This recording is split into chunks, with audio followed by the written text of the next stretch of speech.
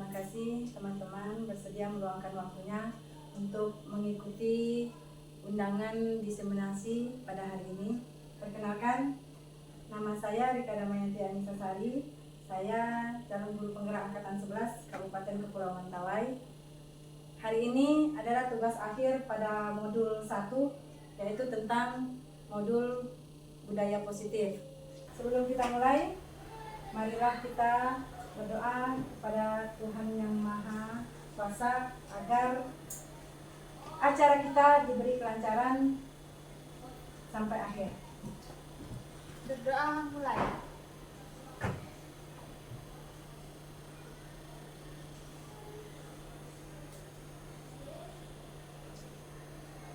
Berdoa selesai. Terima kasih Bu Dea. Baiklah, sebelumnya kita menyanyikan lagu Indonesia Raya dulu. Kepada rekan-rekan semua, silakan dimohon untuk berdiri.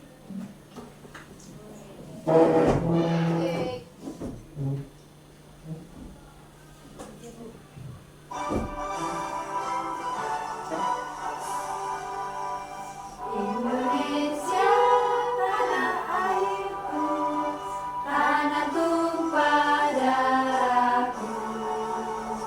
Di sanalah aku berdiri, jadi pandu ibuku. Indonesia, kebangsaanku, bangsa dan tanah airku. Marilah kita berseru, Indonesia bersatu. Hiduplah tanahku, hiduplah negeriku, bangsaku, rakyatku semuanya. Bangunlah jiwanya, bangunlah badannya untuk Indonesia Raya. Indonesia Raya, merdeka, merdeka, tanahku, negeriku yang ku cinta. Indonesia Raya, merdeka, merdeka, hiduplah Indonesia Raya. Indonesia Raya, merdeka, merdeka, tanahku, negeriku yang ku cinta. Indonesia Raya, merdeka, merdeka, hiduplah Indonesia Raya.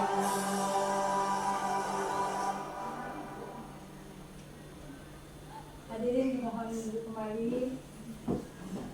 Nah, di sini saya akan mencoba berbagi praktik baik,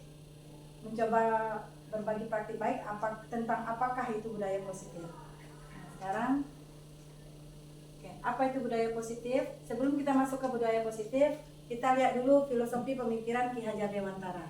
Di sini Ki Hajar Dewantara menjelaskan bahwa tujuan pendidikan yaitu menuntun segala kodrat yang ada pada anak-anak agar mereka dapat mencapai keselamatan dan kebahagiaan yang setinggi-tingginya baik sebagai manusia maupun sebagai anggota masyarakat. Nah, kemudian dalam filosofi pemikiran Ki Hajar Dewantara ada 3 prinsip dasar, yaitu yang pertama ing ngarso sung tulodo, yang artinya kita di depan memberi teladan.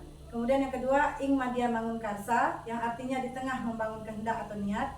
Yang ketiga tuturi handayani, yang artinya dari belakang memberikan dorongan.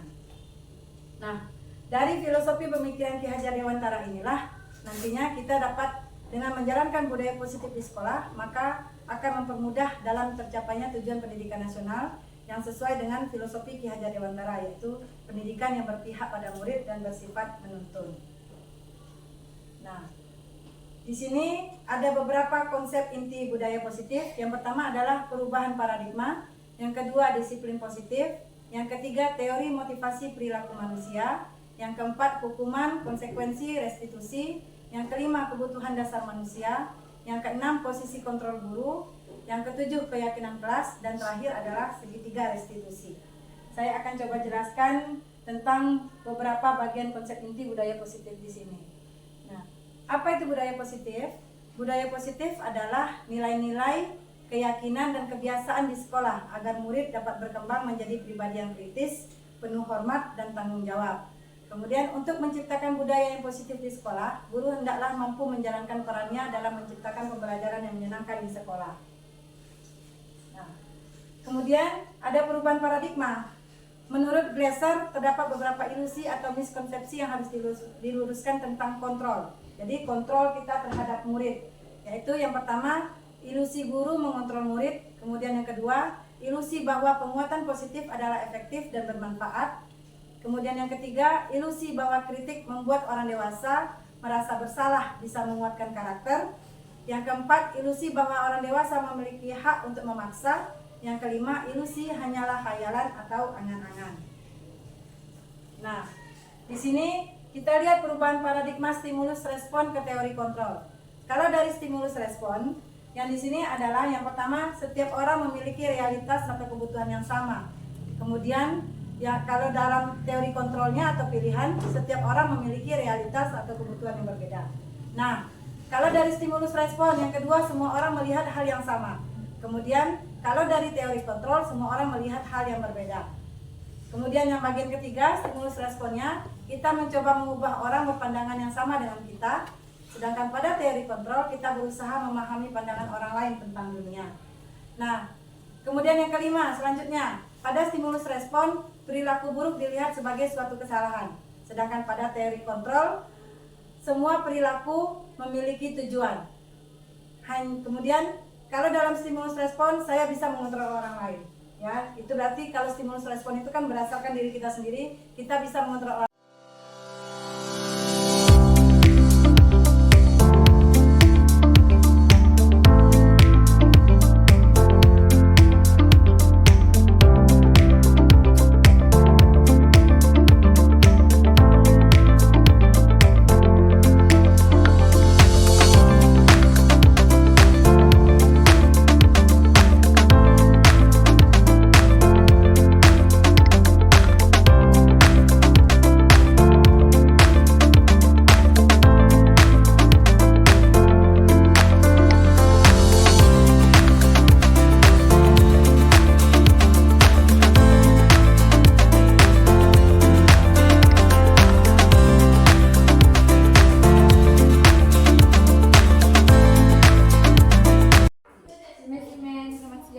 Ya, Mindy, silakan masuk nak. Ayo duduk nak, ayo.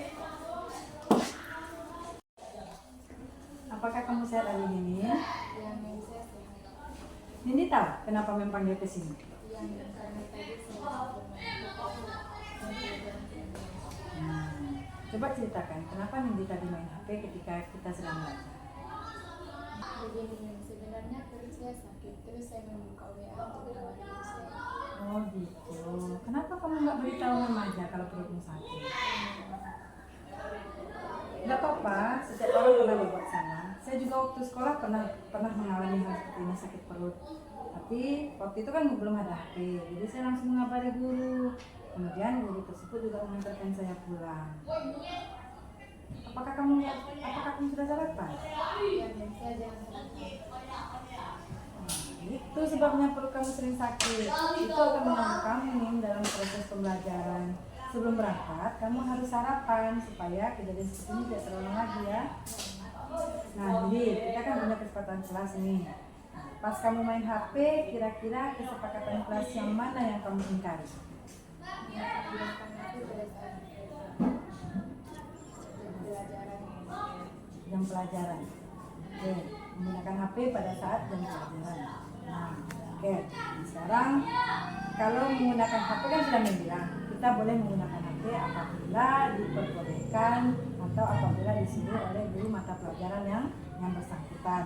Nah, sekarang mau tanya sama Nindi, apakah sebelum berangkat sekolah Nindi akan sarapan?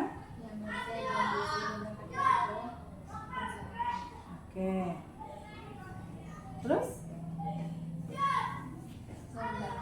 Oke, memaafkan. Sekarang perutmu masih sakit. Kalau masih sakit, memang kami minta tolong temanmu mengantarkan kamu ke sekolah. Tapi jangan lupa, kamu harus belajar sendiri di rumah ya. Permisi, Mem. Iya, ayo masuk. Silakan duduk, Esti. Makasih, Mem. Halo. Apa kabar, Esti? Sehat? Sehat, Mem.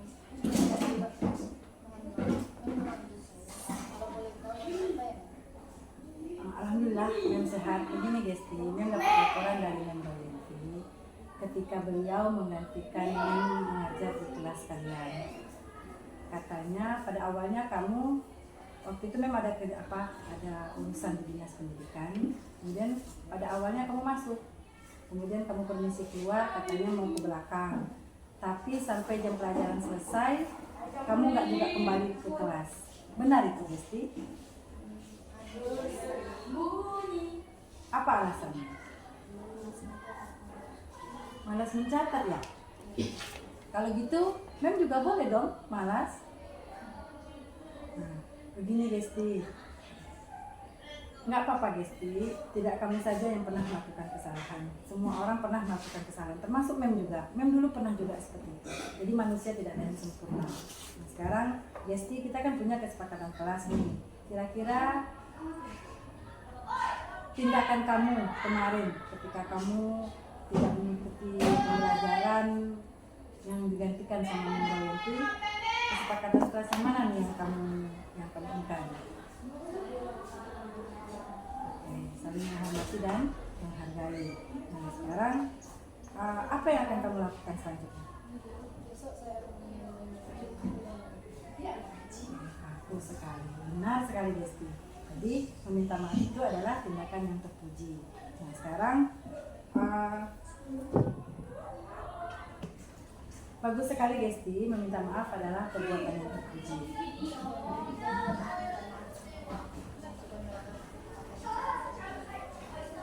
Gak apa-apa Gesti, semua orang pasti pernah berbuat salah. Lain kali jangan lakukan ya nak ya. Sama-sama.